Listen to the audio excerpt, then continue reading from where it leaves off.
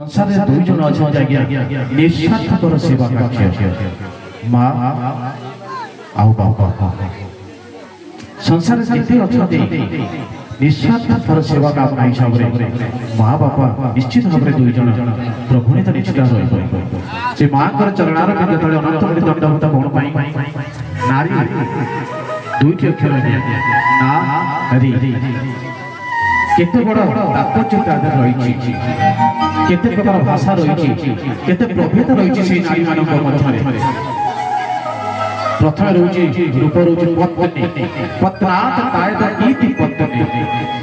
पतन जो स्वामी को उद्धार करती से हूँ पत्नी माँ माँ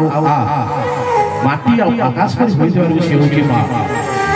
भार्या कौन आज्ञा भार्यार गृहर